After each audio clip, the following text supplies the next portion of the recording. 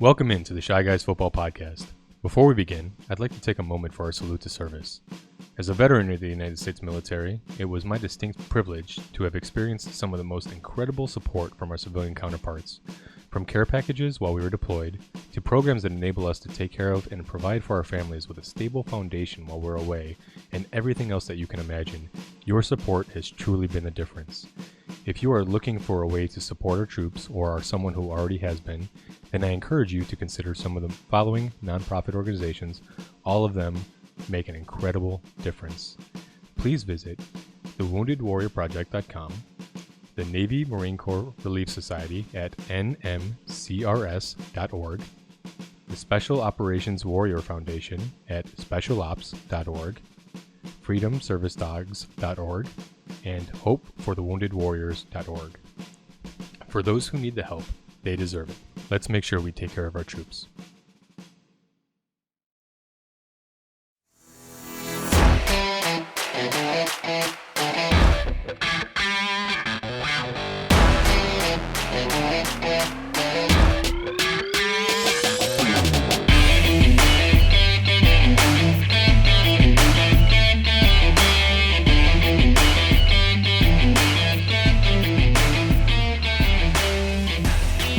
Hello, football fandom. Welcome to the Shy Guys Football Podcast, your weekly source for fantasy football news and advice. I'm Donnie Mack.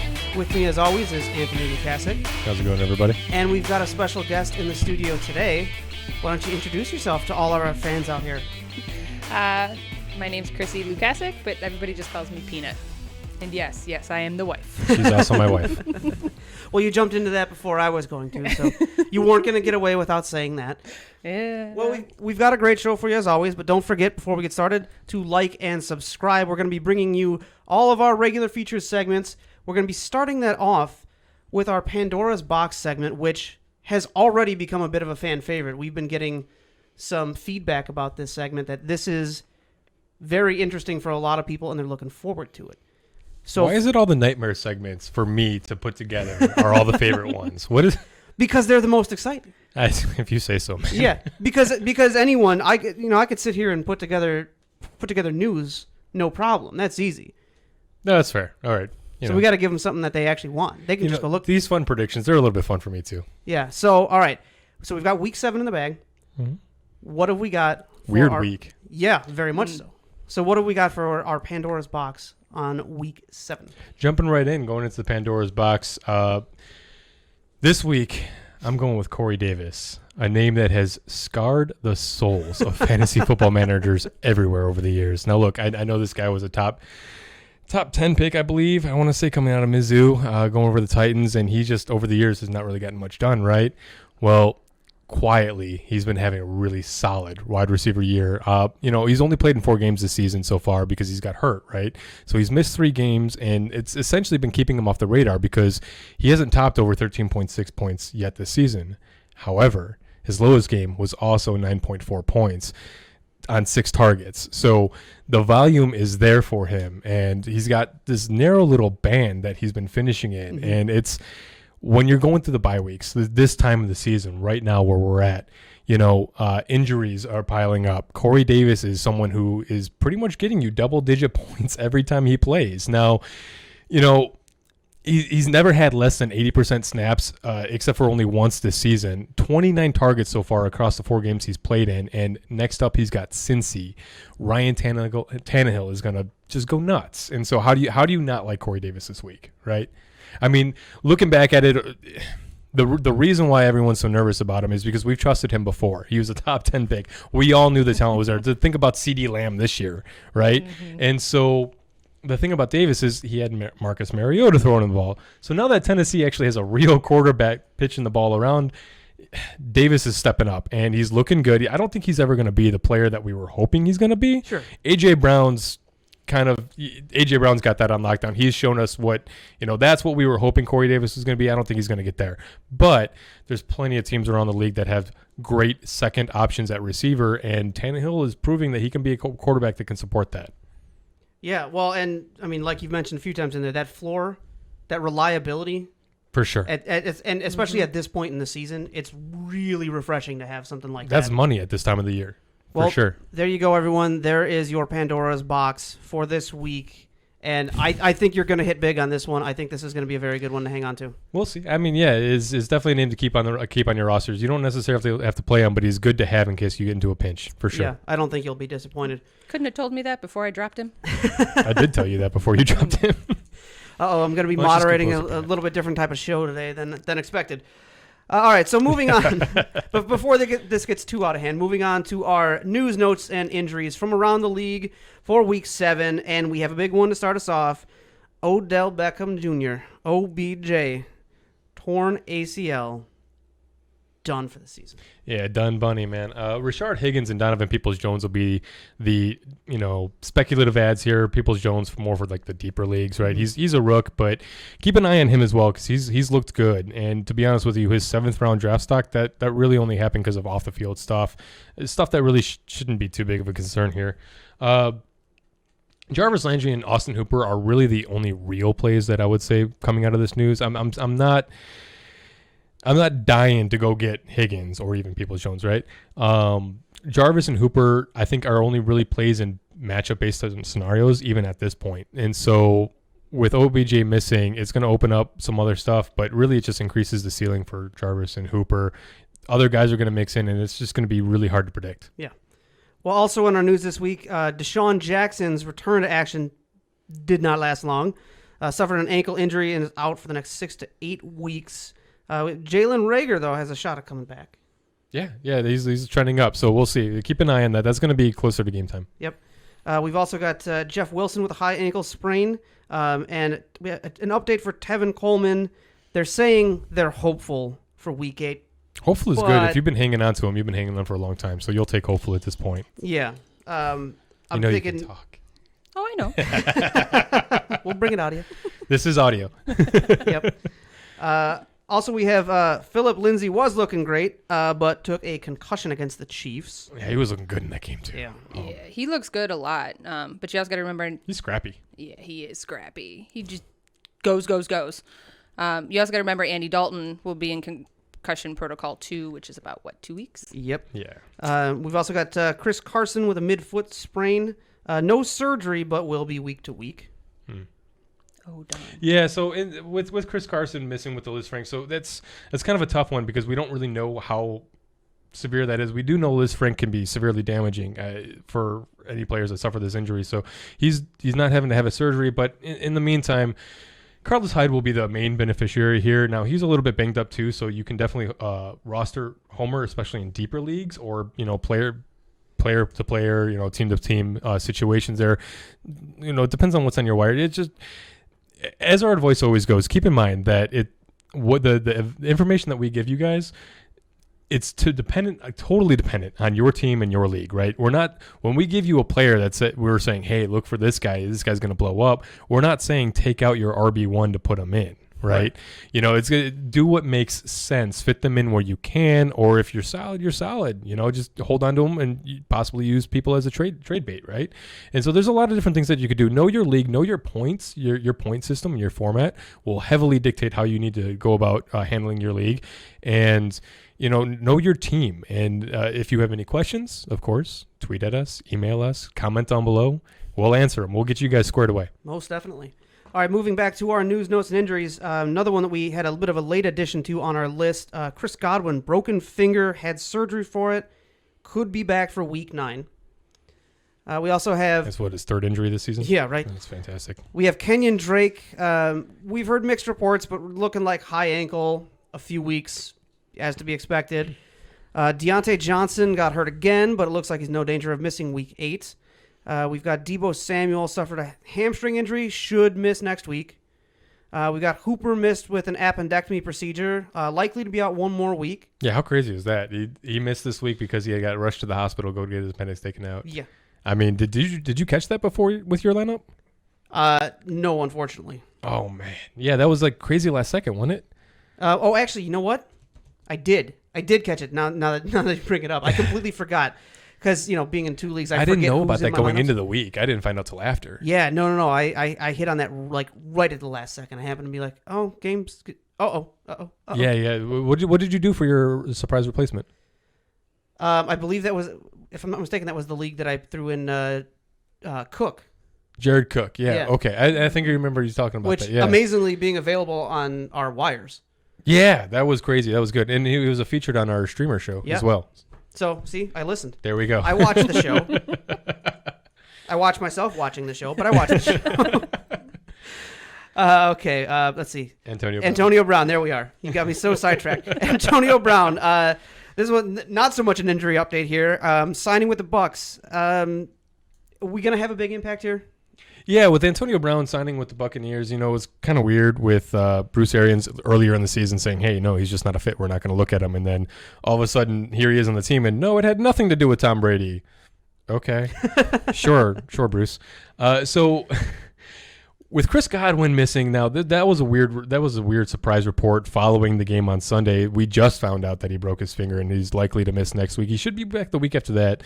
So what I would have anticipated is Godwin in the slot, Brown and Evans on the outside, and Brady's been slinging it. So the way Brady works is what's made him such a successful quarterback is he just throws to the open guy. Right, he doesn't really care about hyper targeting at all, unless your name is Gronk. Right. And so, it's Gronk though. You throw to him when he's covered; it doesn't matter. But with AB coming to the team, we got to see what he looks like. I would say I would have to figure it's going to be a little bit of a slower start. He hasn't played football in a long time, man. He's had a lot of stuff going on now. Supposedly he's matured, so his off the field issues will be, shouldn't. We'll see. Well, this is why you don't bet too much on Antonio Brown, right? So if you're going to pick him up off the wire, you're going to stash him. Don't get rid of a top-notch option to get him. Sure. Don't bet too much money on this guy because he has burned you in the past, right? He's a high risk. Perry. We also don't, Perry. We also, what was that, like 90 fab? 95? Yeah, something like that. We don't know what he's going to look like. We don't know what he's going to look like in the system. Mm-hmm. What this effectively is going to do is this is going to cap the ceiling for all three guys, and including Gronk too, really. And I think Chris Godwin would be the only one that I'd feel really comfortable starting. And obviously, you can't even put him in next week. So, right. This next week will be a perfect week to see how they introduce him. And supposedly, he was supposed to be coming on as an ancillary piece. He's not supposed to be featured, supposedly. So we'll see how that shakes out. Yep. But as far as implications go, not too much more than what we've already seen from the season so far, because we've seen Mike Evans be up and down. We've seen Chris Godwin be mostly hurt, but be productive when he is in. And I don't really see any of that changing, to be honest with you. Like I said, it's just going to cap the number on those big games. Yeah. That's all. So keep an eye out. We'll see what happens. Finally, rounding out our news on something a little more positive, head coach Ron Rivera completing his last round of cancer treatment. I love ending on a positive note. Yeah, it's nice. It's nice to have some good news after all the injuries and all the bad stuff. For sure. All right, well, that'll do it for this week's news, notes, and injuries, but we move on to our studs and duds from Week 7, and starting us off with our studs in the quarterback position, we have Justin Herbert, 38.5 points, and he earns himself the honor of being this week's ChiGuys Football King of the Moment.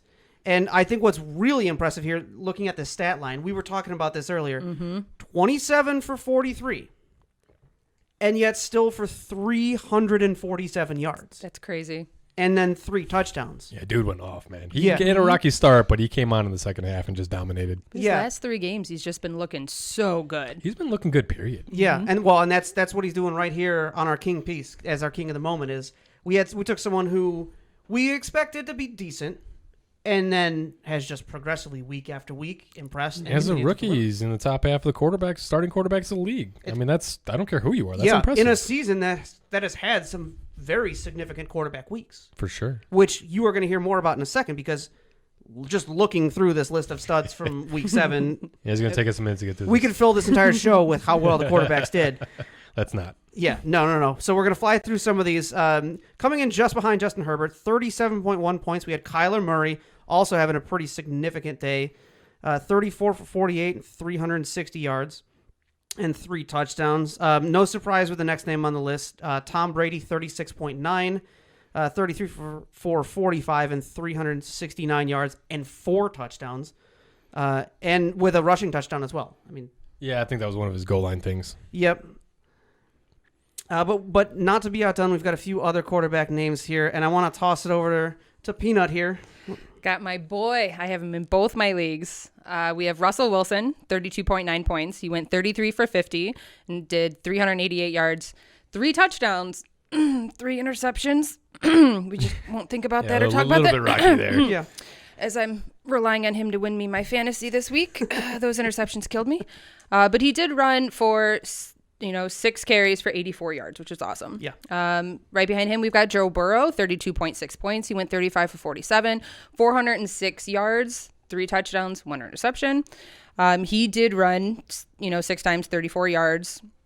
He did fumble 3 times and lost 1 of them. So then there's Baker Mayfield, 30.8, 22 for 28, 297 yards, 5 touchdowns, 1 interception. Yeah, Baker's week was huge. It seems like since he doesn't want to do anything but give up QB1 performances. You know?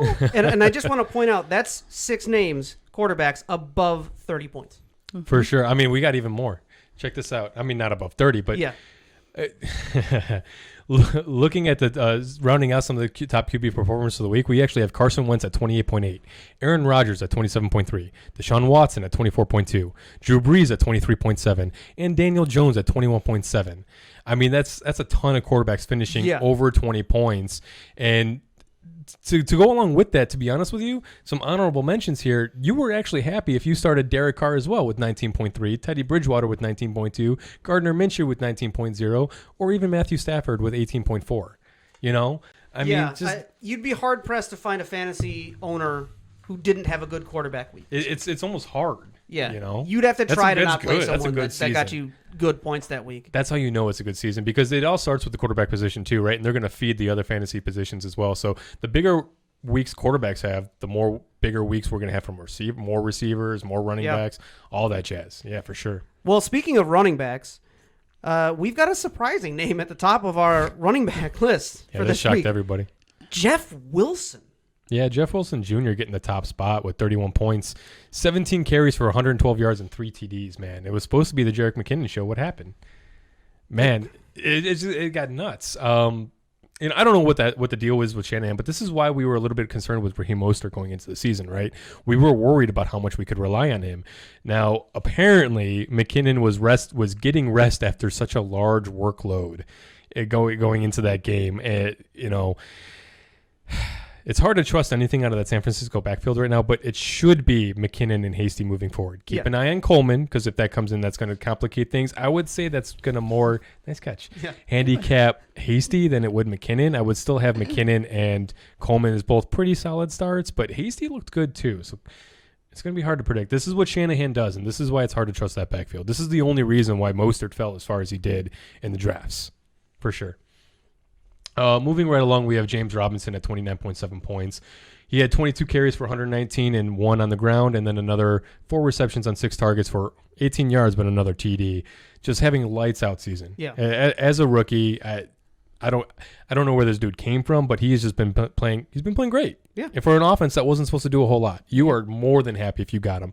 I am so angry at myself now for sleep. When I saw, I had the chance to go after him in waivers, just like everybody else did once the team released Leonard Fournette in the preseason, right? I was like, how much are we? Even if he hits, how much are we realistically? Right. I didn't think it'd be an RB1. All right, my bad. Yeah. And then rounding us out here with the running backs, we're going to go over Todd Gurley with 20.2 points, Jamal Williams with 19.4 points filling in for Aaron Jones, Alvin Kamara with 18.8 running all over Carolina, Antonio Gibson having himself a day with 18.8 points. He looked good. Mm-hmm. I think he had over 20 carries in this game, and then quite a few passes out of the backfield as well. He finally got his touches. Was still out-touched by J.D. McKissick. Or out-snapped. Was it out-snapped? I think it was out-snapped. I think out-snapped. Yeah. I mean, that's kind of weird, but we'll see what it is like moving forward. Hopefully this is a good sign of things to come. Yeah. I wouldn't jump too hard on it yet, but this should be a good indicator. Gio Bernard with 18.1. Chase Edmonds with 18 points. He's going to be... This is where Chase Edmonds should be. Yeah. With Kenny Drake going down, we'll get to that a little bit later. Kareem Hunt with 17.7, all performing well for the week, man. Not a terrible week for running backs. No, not at all. We also had some big names here under the wide receivers, and I'm going to let you read these off because I know there's a name you want to read and a name you very much don't want to read. Yeah, they're back to back. And I'm going to make you read them both. All right, so after Lockett was having a wonderful few games there, getting like 4 points and stuff. He is finally back. Hot locket. We are at 45.5 points. Won me my Dynasty League. Yeah, buddy. Yeah, that could almost any league. Yeah, I was gonna say that could almost single-handedly win you. It was beautiful to watch him and Russell connect. 15 for 20, 100 yards, and 3 touchdowns. However, number 2 on that list, Devontae Adams almost cost me my win in redraft. 38.1 points, 13 for 16, 196 yards, and 2 touchdowns. Yeah, I wasn't using very friendly language when watching that game. It was quite colorful. And last, we've got, just rounded up, we got some mentions. We have Deontay Johnson at 24.5, A.J. Brown at 24.4, DJ Moore at 23.3, and Tyler Boyd at 22.2. not bad at all. Well, rounding out our studs of the week, we have our tight ends, and this was quite the tight end week as well, too. Well, it was National Tight End Day, right? Yeah. Yeah, that's a on thing Sunday, now. Yeah, it's a thing, right? Apparently, it was made up by Kittle and Jimmy G over in San Yeah. Francisco, and it Like caught 2 years on. ago or Yeah, it something they caught were on, saying? apparently. Well, you know what they had that day? Well, these tight ends Well, some had did. that day. Yeah, too bad Kittle didn't. No, but Hey, mine got an honorable mention, just saying. we did have Harrison Bryant. We had Harrison Bryant come up as a top tight end performer of the week, and that was on the back of 2 touchdowns, 19.6 points on 5 targets with 4 receptions for 56 yards. Those 2 TDs, man, they make such a difference, don't they? Yeah. We'll get to him a little bit later. Hockey's coming in with 14.4 points, rather, going 5 on 6 for 59 and 1. Darren the Walrus with 14 points, going 6 on 9 for 50 and 1. Logan Thomas finding the end zone for a second straight week in a row, tallying 14 points on 4 targets for 60 yards and the TD. Peanut, you had some tight ends that you wanted to talk about as well, though, didn't you? Yeah, I did. So actually, one of them is mine. But we have Gronk at 13.7. We had Richard Rodgers at 11.5. We have Gerald Everett, which I have. I made the switch instead of putting Higbee in before he was actually out. He got 10.8, and Jared Cook at 10.7. Yeah, that Gerald Everett touchdown of the game really saved his performance. Yes. There was not a lot going on in that Monday night game. No. I'll complain about that a little bit later. He is looking better, though. I have both Higbee and I have Everett, and sometimes it's a hard decision, but honestly, based on like what you were saying, I do agree that Everett is more the go-to guy for getting the points, while Higbee seems to be better blocker. Yeah, I mean, granted, he wasn't in that game in Mundt, M-U-N-D-T, I think. Yeah. I can spell it, I can't say it. So he seemed to take the place for Higbee, and yeah, he was utilized a little bit, but didn't seem to take too much at all away from Everett. So that's good to know if Higbee ever misses. Yeah. Well, that'll just about do it for our studs of Week 7. And before we get to our duds, I do want to give a quick shout-out, just to annoy one person at this table, to the Kansas City defense of Week 7 for putting up 26 points. Now, if you heard us talking about some of these other position players that are, putting up 20 points as a great week for them, and then you've got a defense putting up 26. I had to say it, and I'm sorry. It's gonna annoy okay. It's going to frustrate any opponent. I overcame my opponent, Perry. Had Devontae Adams and the Chiefs defense, and I still pulled out a win. I'm just saying. See, there you go. My team's awesome. That just shows you how bad his team is. I mean, some of the players. Hey, I had Freeman who got me like 0.8. I'm just saying. Yeah. That injury Thursday night. Yeah. Yep, that'll happen. All right, let's move before we get too sidetracked here now, too. Let's move on to our duds of Week 7. And starting back with our quarterbacks, we have Sam Darnold, 1.8 points in his return to action. Ooh, 12 for 23, 120 yards, 2 interceptions and a fumble. That'll tank any quarterback's points for the week. We've got Cam Newton, 2.8 points. These numbers. Like, I had to do a double take on It's these. the duds category. What do you want, man? Yeah. 9 on 15 for 98 and 3 interceptions. Ouch. I'm sorry if you were playing him this week. We've also got Jimmy G back on our list here with 9.5. Yeah, I mean, really, he didn't really need to do anything, right? But it's annoying. Yeah, it is annoying. I mean, yeah, we get it that sometimes a player doesn't really need to be the spotlight for that week, especially when a quarterback, when they just don't need to be throwing a lot, they don't need to be making those big points, but you still kind of want to see them put up something, right? We still look for it. We like to see the production come up even when it's not totally required. Sure, but I mean, in all honesty, when it comes to fantasy football, it's fun to poke fun at the poopers, right? It's great when it's your guy who's in the studs category, right? This is a game and it's supposed to be fun, right? And so we want to make it fun. And so, where we can have some fun with the guys that didn't do so well, it's just a friendly jibe. That's all it is. But at the end of the day, we want to see all these guys perform. We want to see all these guys putting up blockbuster numbers because that's fun too. Yeah. Absolutely, it is. We want nothing but the best for these guys in their careers, for sure. Hey, how come we don't have somebody who scored 12 points on here as a quarterback? Just saying. Didn't somebody score 12 points? You talking about Pat Mahomes? I am talking about your boy. We'll talk about Patrick in a little bit. Yeah. He's a little bit later. Boy, this is just going to be the back and forth banter show, isn't it? Well, that's the idea, Don. Yeah. All right, let's talk some running backs this week. Some week seven running back duds. All right, let's get some running backs. Bring us that list. Jerick McKinnon coming in with negative 0.1 points. I mean, yeah, like we were talking about earlier, it should be wheels up with Wilson going down. It shouldn't have been wheels down in the first place. But hey, San Francisco, they're not gonna do it for you every week, okay? Kenyon Drake with 4.6. He went down with an ankle injury. Wasn't looking spectacular before that.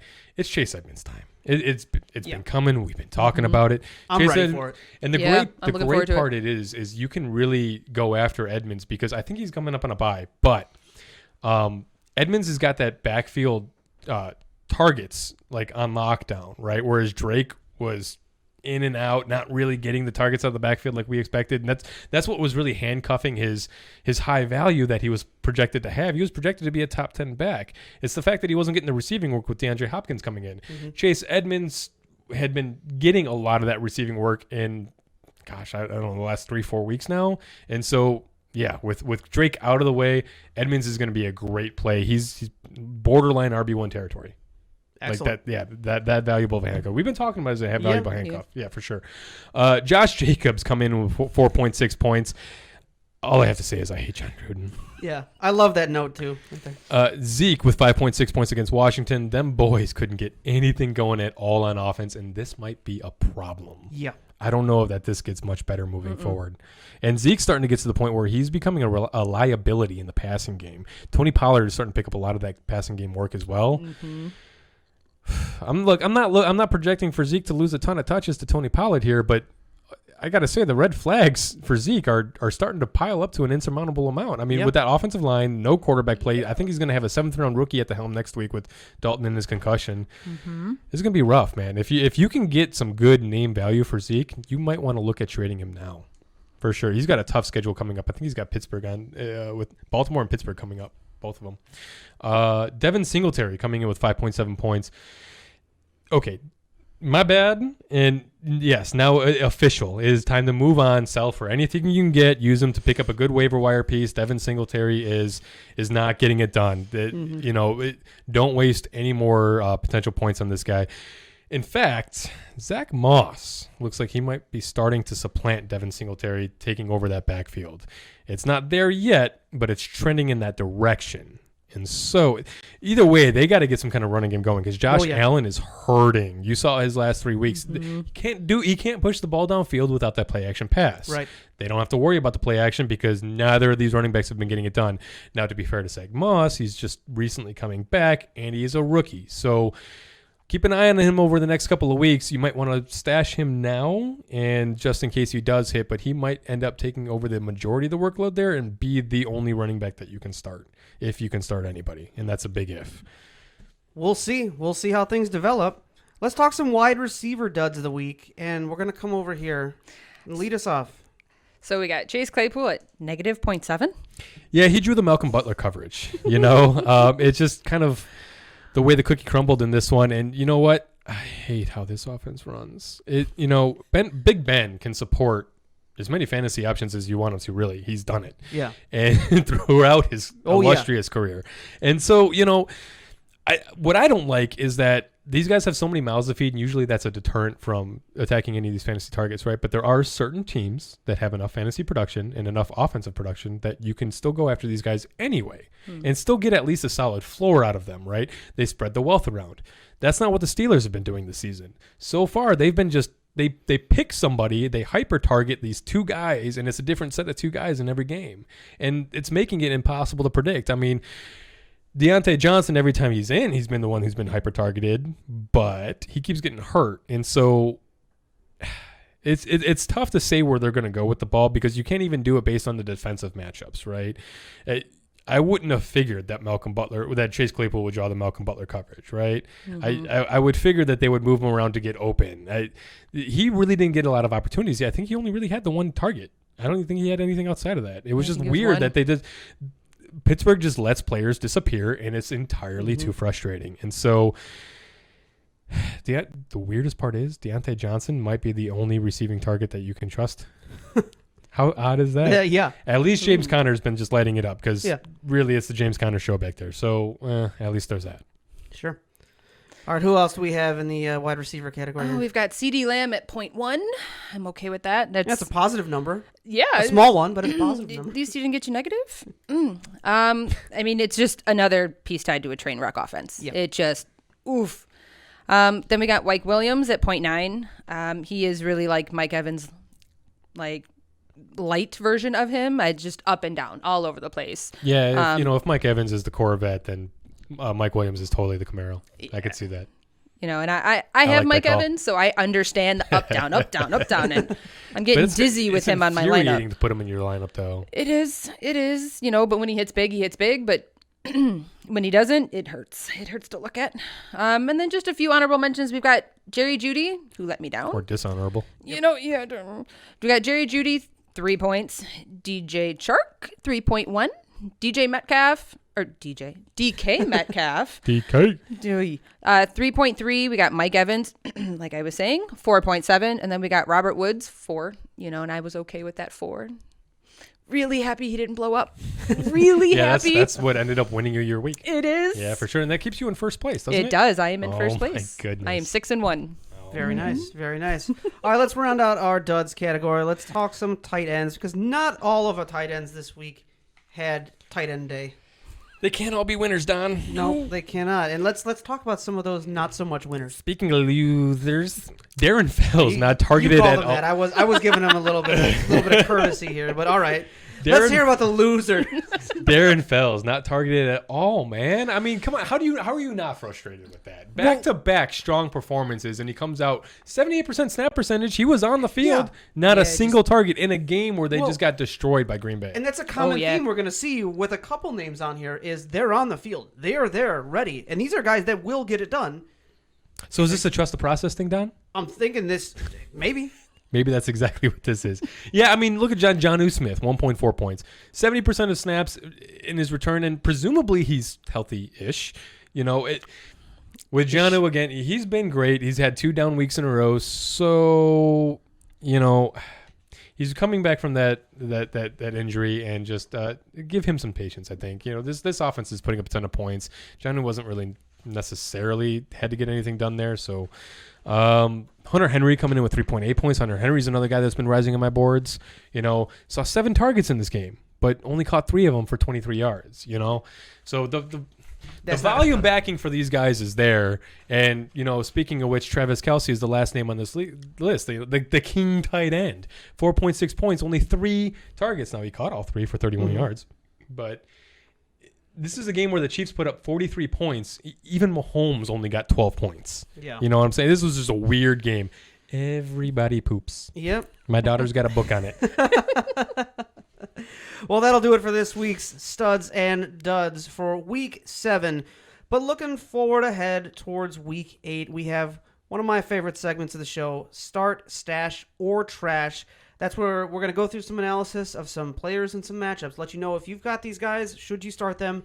Should you stash them, hold on to them on a bench spot until a future week, or trash them straight off of your lineup? Get rid of them entirely. And I want to start with Jimmy G at Seattle. Start. Easy enough. Moving forward, we got Burrow versus Tennessee. Start. Okay. Keeping it simple. Yeah. We have interesting one here. Matt Ryan at Carolina. So much for simple. Actually, no, it's pretty simple. Just watch for Julio, man. Yeah. It's when Julio, this year at least, when Julio's in, Matt Ryan's great. When Julio's not, Matt Ryan's not. There you go. There's your indicator. That's all you need to know. How about Cam Newton at Buffalo? Cam Newton at Buffalo is this guy is. I'm probably not starting this guy till at least after the Baltimore in Week 10, and so,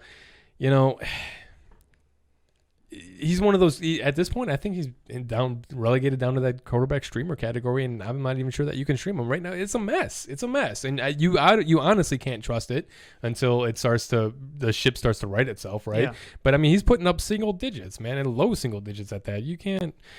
Disappointing. No, you got to stay away from there until they figure that stuff out. And I don't think it's going to come until at least after Week 10.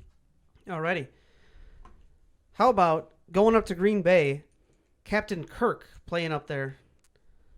Yeah, I'm trashing the captain. Really? Even after coming off of that over 26-point week against Atlanta before their bye? Yeah, but you got to remember, Green Bay is not Atlanta, right? You've got Green Bay's pass rush is going to destroy Minnesota's dysfunctional offense. It's just bad. Okay. I hear you.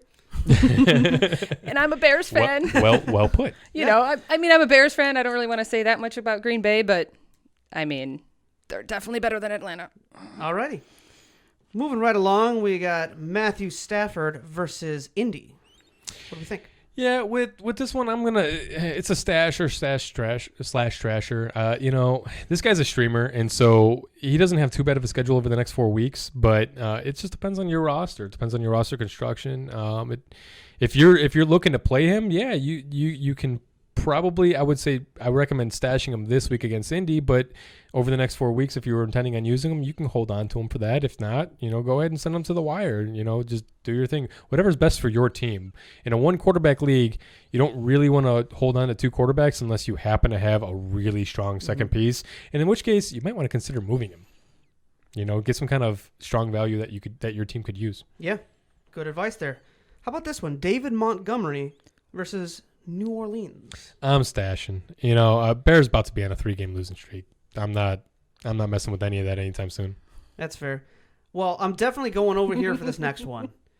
And I want you to tell me Melvin Gordon versus LA.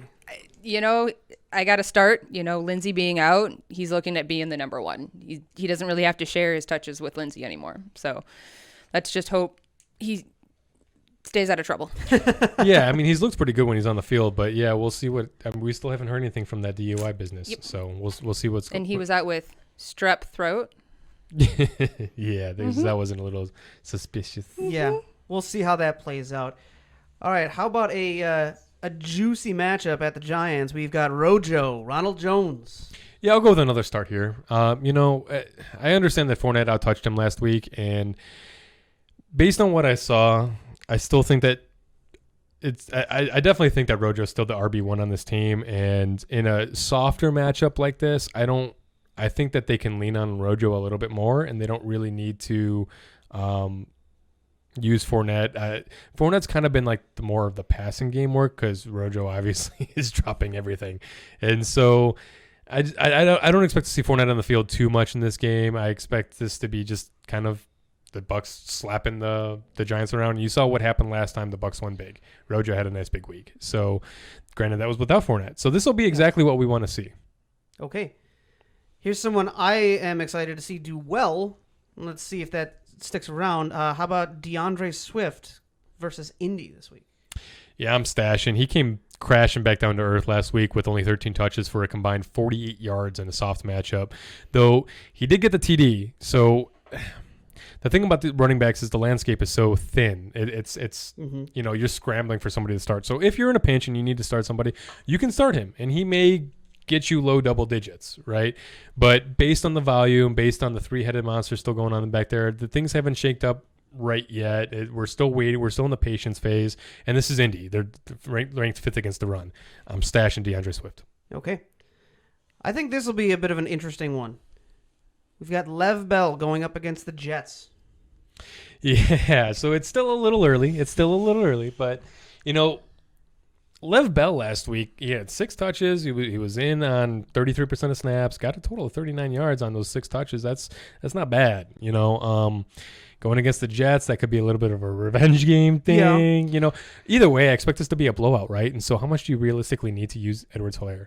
I mean, Vegas has this as a blowout. Was it 25 points? I think 25, that the Chiefs are expected to win by. Yeah, it's ridiculous. That's usually the combined score in some of these games we see. Yeah. This is gonna be a nightmare for the Jets, and so this is the Chiefs. Anything could happen, and Lev Bell is good. Yeah. So let's see what happens. If I'm not saying to bench anybody or go after this matchup, but if you need someone to start the running back position, if Lev Bell's all you got, go ahead and roll with it. Let's see what happens. Yeah, I'm going to be keeping an eye on that game. I want to see how that goes. I think that could be a fun game to watch. Anything could happen in that one, yeah, for sure. Yep. All right, this next one, with CMC expected to miss again, what do we think about Mike Davis versus Atlanta?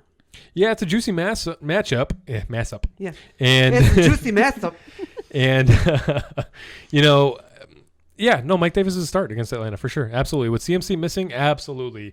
Now would actually almost be, if you haven't already, or now would be a great time to actually trade Mike Davis to the CMC owner, because, you pretty much got your worth out of him is to the point that you were expecting to, right? If the CMC owner should realize by this point that if he goes down again, he's going to need Mike Davis. Oh, yeah. At this point, a lot of owners were expecting CMC to come back for this Atlanta matchup. I know I was. And so I was counting on having that big week from my running back position, in that matchup in this week. That when I was looking ahead and planning ahead, that's what I was planning for. So you could catch a CMC owner scrambling. You might be able to talk them into some long-term season-long value for Mike Davis that you're really not going to get past another week, maybe 2. So yeah, now would be a great time to move him if you had not already. It's kind of like round 2 for that. All right, this next one up here. How about Brandon Ayuk at Seattle? Ayukin. Yeah, I'm going to start. I'm starting Ayukin. Debo's likely to miss, and Seattle's ranked 32nd against the pass. Okay. The Beazles. Cole Beasley. Beazles. Versus New England. Yeah, it sounds like a tough matchup, and it seems like a scary one, but I'm going to go ahead and start him here, actually, because, Gilmore should be plastered on Diggs all game. I don't really see any reason why he should ever come off of Diggs, right? And so Beasley should have quite a solid floor in this one, even if the offense struggles. Everything will be open to him underneath. And, 16.7 points last week on 12 targets, that's kind of hard to ignore. Right. That shocked me a little bit. I was surprised watching those numbers start to climb. I told you it was coming. Why does this stuff continue to shock you? Because, I don't know. You need to learn I thought you just said you watched the show. I listened to the show while we're recording it. Clearly not well enough. No, I mean, I was expecting good, but... No, you're right. No, 12 targets, that was a little monstrous, for sure. Yeah, it was just it was slightly higher than I expected. But maybe it more surprised me that I had him riding the bench because I had other names that I was like, it's tough to start him over the head. Right. Beazles is not the sexy play. You know what I mean? He's the floor play when you need a gap filler. Now, if you have 3 studs at wide receiver, start your 3 studs. Beazles is probably not going to outproduce them. Well, yeah, but he will from time to time. I did have 3 studs at wide receivers. DJ Chark's been a little man. He's having a rough season. I was really hoping he'd get that consistency in, and nope. Same. We're looking at the same stuff we saw last season. But it is nice to know that I do have Beasley there when I need him. For sure. So, all right, moving right along, we have Richard Rodgers versus Dallas. Yeah, he's going to be a start as well. It looks like Goddard's going to be out until about week 10 now. That's a projection. Be soft on that. There is a chance that he plays this week, but keep an eye on that. I would plan for not having Goddard back until week 10. And in the meantime, yes, as long as Goddard's out, Richard Rodgers is a streamable start. Absolutely. I don't care what the matchup is. Okay. How about Robert Tonyan versus Minnesota? Stash. If you can. So here's the thing with him. Only 4 points each of the last 2 weeks, so it looks like that huge game was a blip. We expected to see him get some kind of targets because there's nobody in Green Bay to catch the ball other than Devontae Adams. Right. And somebody else has to catch the ball, right? And Apparently not. Evidently not. But He only did so well because Jones was out. and That's what I'm going with. and they're still winning. That's the sad part. Yeah. But I'd use this as a determining week for him because of the tight end landscape and wasteland that is the tight end position typically, right? It's really hard to predict which tight ends are going to get the touchdown from week after week. What we've seen with Tanyan with because it's Rodgers at the helm. Now, if it was almost any other quarterback, I'd say, yeah, no, just go ahead and dump him. Don't even worry about it, right? But I'm saying you can still hold on to him. You can stash him. Heck, you can even play him if you have to because you have Rodgers. Minnesota's a soft mashup, but I'm looking to stash him until he gets a little bit of normalcy because all we've seen is up and down so far, and he's very blippy. So we gotta get some kind of a pattern going here. Okay. That's all. Just a couple more real quick. How about Jonnu Smith at Cincy? Yeah, I'm starting him. I'm confident in Jonnu Smith. I know he's gotten less than 2 points in each of the last 2 weeks, but I'm confident with Jonnu Smith, especially against Cincy. Are you kidding me? Tannehill's going to go off. Yep. Everybody's going to have a field day. All right, and finally seeing some pretty good usage, pretty good snap percentage last week. Eric Ebron going up against Baltimore. Yeah, he's a tight end streamer, and this is not the game you stream him in. So, stash or trash as you will.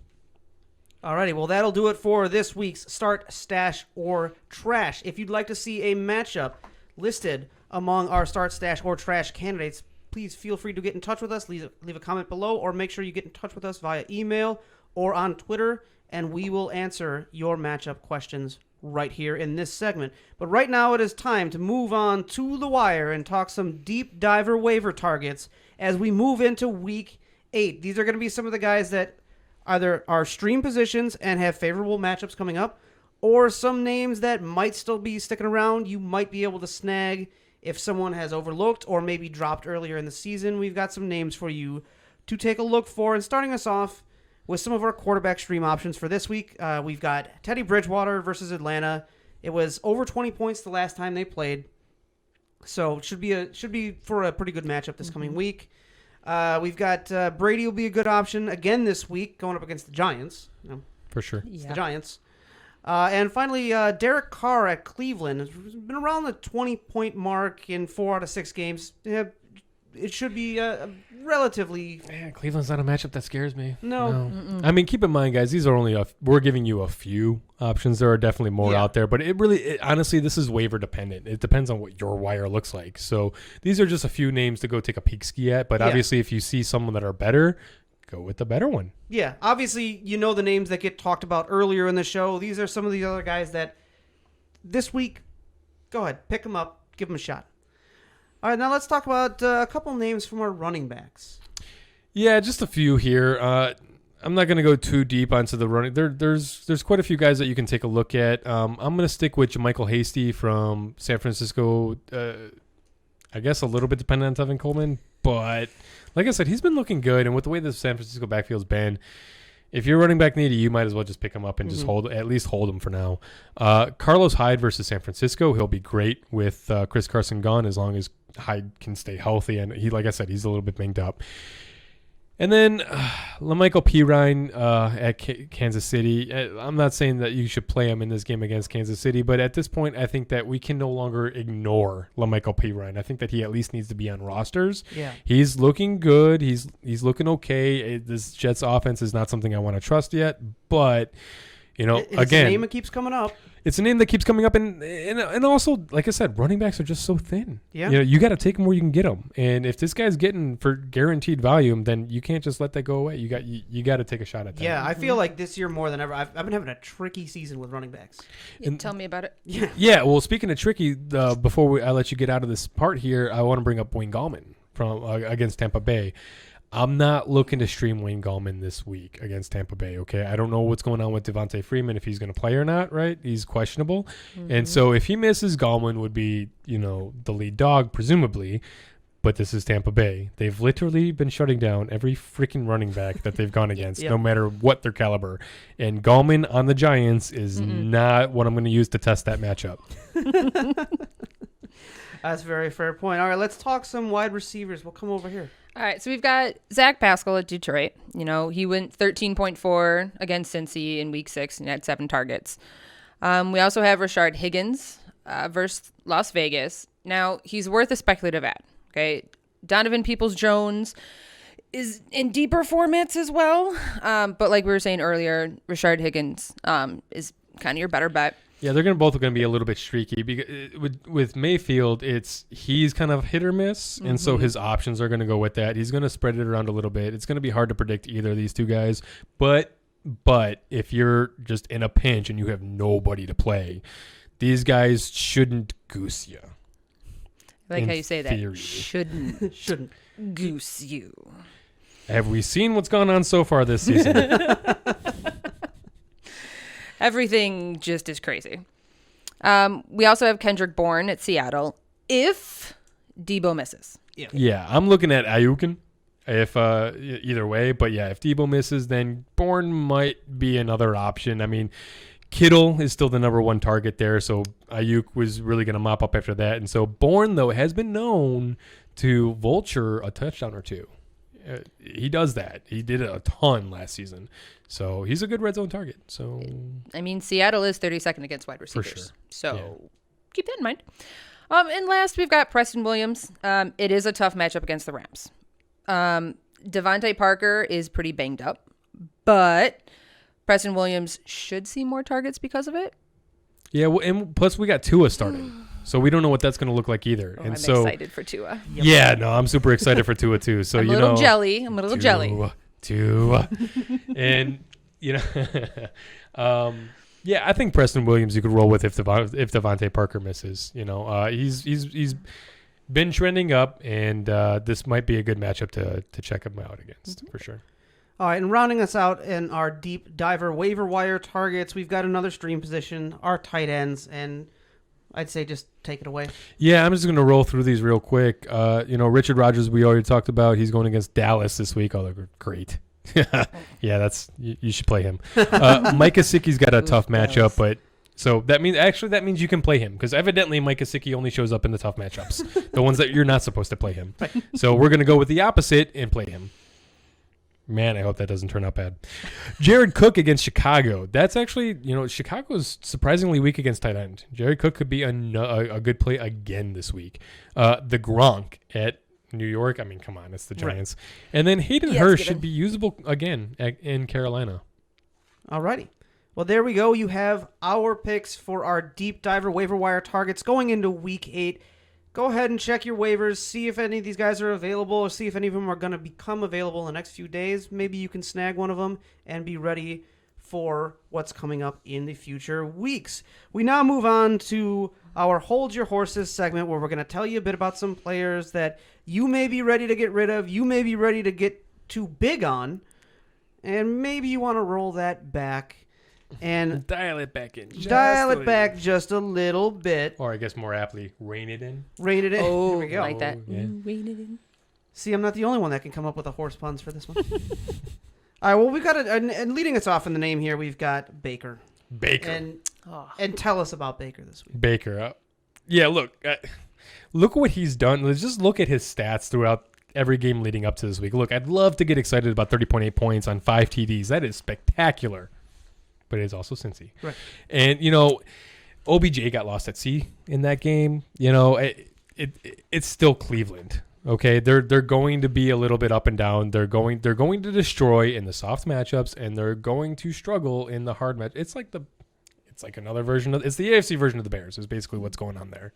I do love his commercials though. They are kind of funny, aren't they? I love them. And if that's not enough reason to roster someone, I mean that's the only reason, right? Really good commercials. Yeah. I mean, other quarterbacks have really good ones, and then some don't. Like your quarterback. Mahomes with Troy Polamalu, the what is the shampoo one? Yep. Right. I forget their name because they're not a sponsor. Right.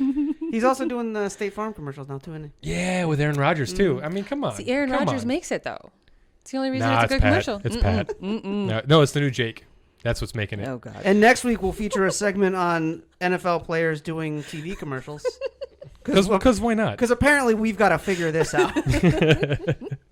But moving back to Hold Your Horses, I'm going to hold my horses on Antonio Gibson because he's on a bye. Haha, suckers. Wheels up next, following the bye against the Giants. He'll be wheels up, man, and enjoy the ride with him. Josh Jacobs, though, and Gruden's Grinch-like shenanigans. Look, don't go fire selling to the highest bidder yet. Wait until next week after he plays Cleveland first. So actually, the rest of his season, is fairly friendly. But, with Gruden, you just got to hang tight and, curse him every second of every day. Yeah, the rest of his season schedule is honestly, it's not too bad. I think he's got Indy in there like a time or he's got Indy in there. He's got some other defenses that are a little bit, but he's got Cleveland twice, I think. Is it Cleveland twice? No, it couldn't be.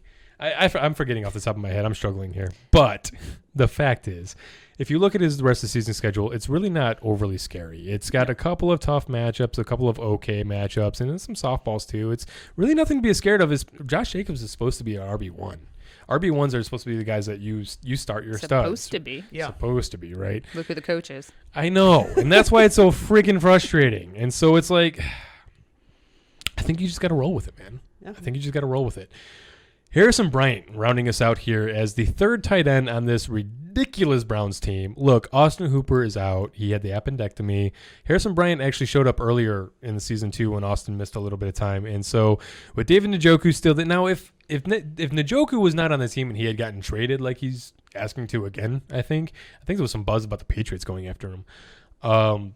Yes, okay, sure. Harrison Bryant, why not? Especially with OBJ out, right? But Austin Hooper will be coming back. David Njoku is still a part of this offense. Jarvis Landry, Rashad Higgins, Peoples-Jones, they're all spreading the ball. And then this is supposed to be a running team first. Kareem Hunt is going to get the lion's share of the work. I don't know why this team refuses to put the game on his shoulders and just let him carry the load, because he can do that, and that would help Baker a lot. But be that as it may, Harrison Bryant is just not where I want to put my chips right now. He's a rookie tight end. It's great to see a rookie tight end flash like this early in his career. Are you kidding me? This just does not happen quite often.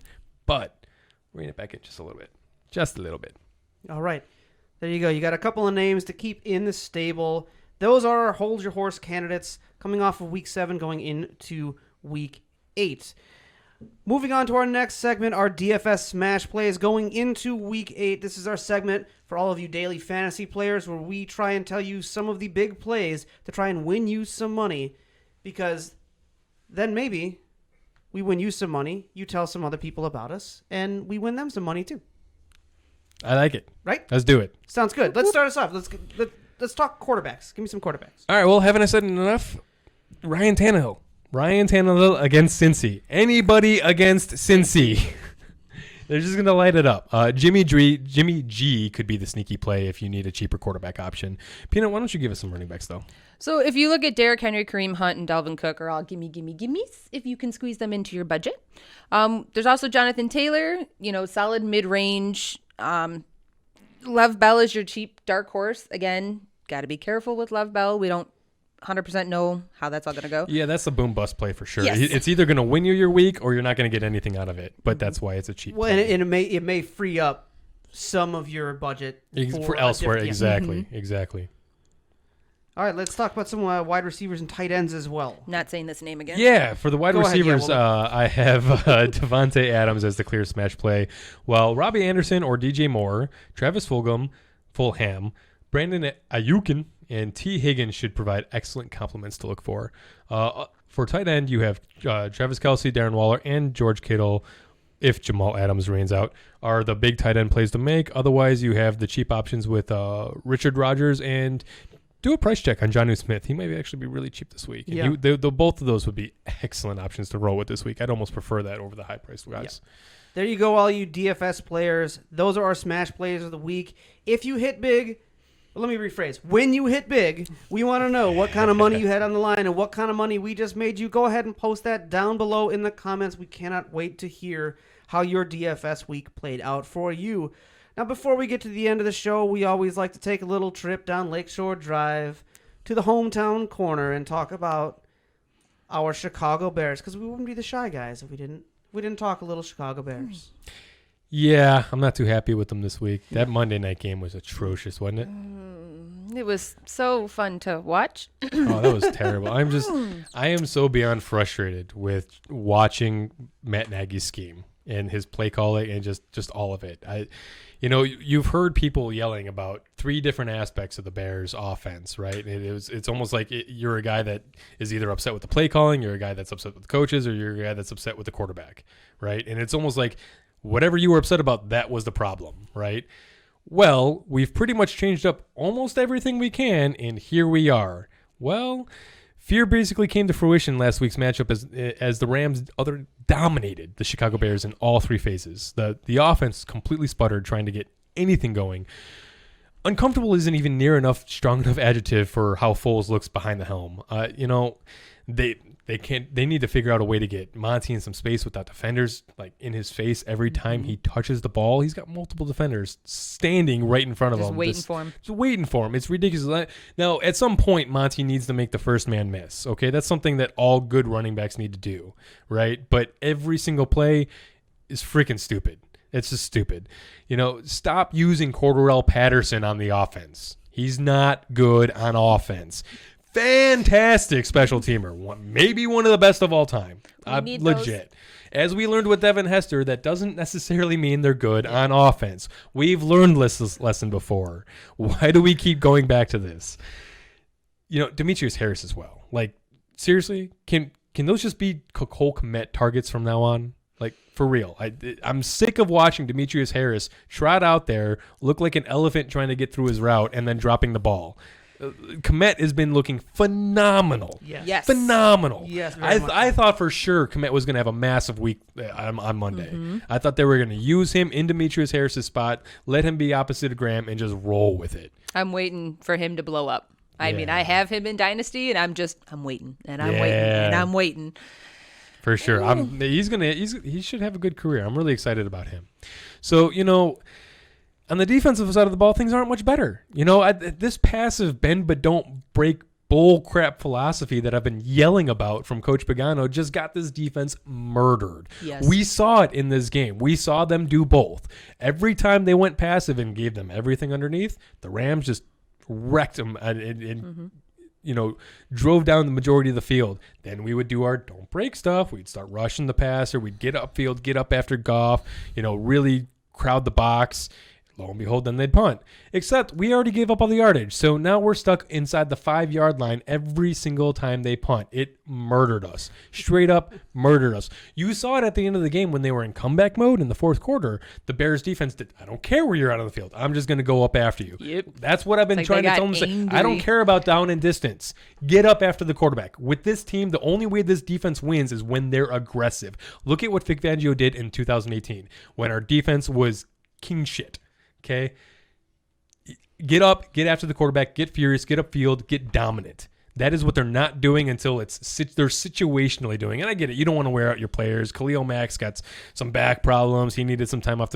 I get all that. I don't care. It's a mentality thing with these guys. These guys want to get up and get after the ball. Let them go. You got to let these guys loose. It's killing us.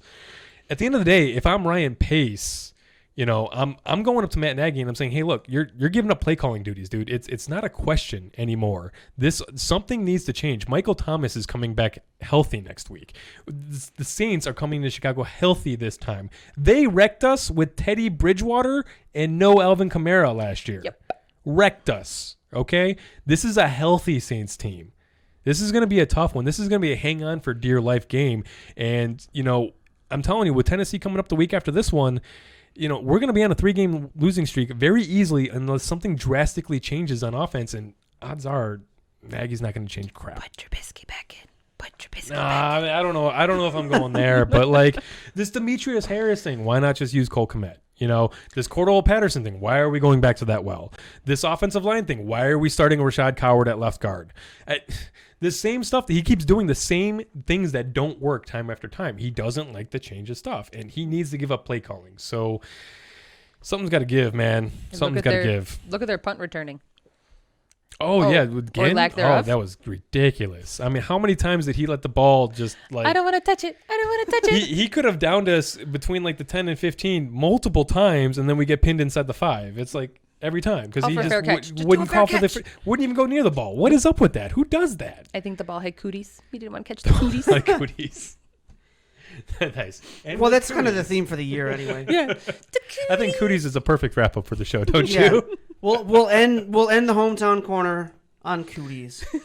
And that'll bring us to the end of episode 7, week 7 of the 2020 Shy Guys Fantasy Football Podcast season.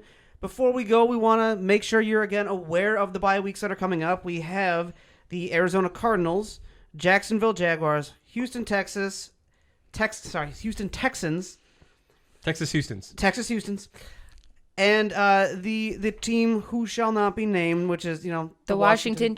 Yeah. The Harry Potter team of the NFL. Yeah, really. I love it. And we also want to let you know that we are, as we've said before, you just got to make your playoffs. We are coming up to basically the middle of the season.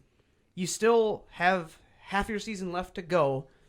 Even if you're down, you've had a few down weeks. There's plenty of time to get yourself into that playoff round. Oh right? yeah, as we say every week, don't give up. The final 2 weeks of the season, if you're more than 2 games out of the playoffs, okay, you can give up now. But there's a lot of football left to play. You can find yourself in the top 2 positions of the league pretty quickly. Mm-hmm. As streaky as everything is, every time there's a good streak, there can always be an opposite bad streak. Miracles happen. Miracles happen too, for sure. There's crazy stuff has been going on in these games. And this is a rather calm season versus last year. Mm-hmm. Last year was freaking nuts. And so, just be funny how 2020 would be a calm season, right? Well, I mean, it depends on what you're looking at, right? But Yeah. I'm saying for fantasy, the way the fantasy season played Right, out yeah. last year versus this year, it was a crazy year. Though last year was wild. Yeah. All right, well, with that, we will bring a close to this week's episode of the Shy Guys Football Podcast. If you'd like to get in touch with us, have your questions featured on the show, you can reach us at shyguysfootball@gmail.com. You can tweet at us, Shy Guys Football on Twitter, or you can leave a comment down below here on YouTube. We'd love to hear about some of your big wins, some of your upsetting losses, the questions you have, your start sits, some waiver targets you may be thinking of. Send them our way, and we will feature them on our show.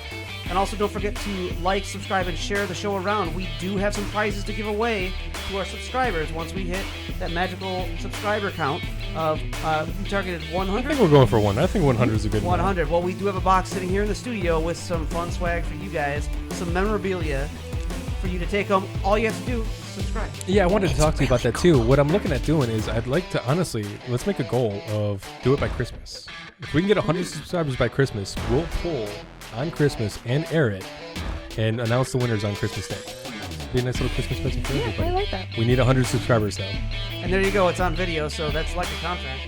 Yeah. Good So enough. We got this. We are committed to it. And with that bombshell to end the show, good luck going into week 8, and we will see you next time. Peace out.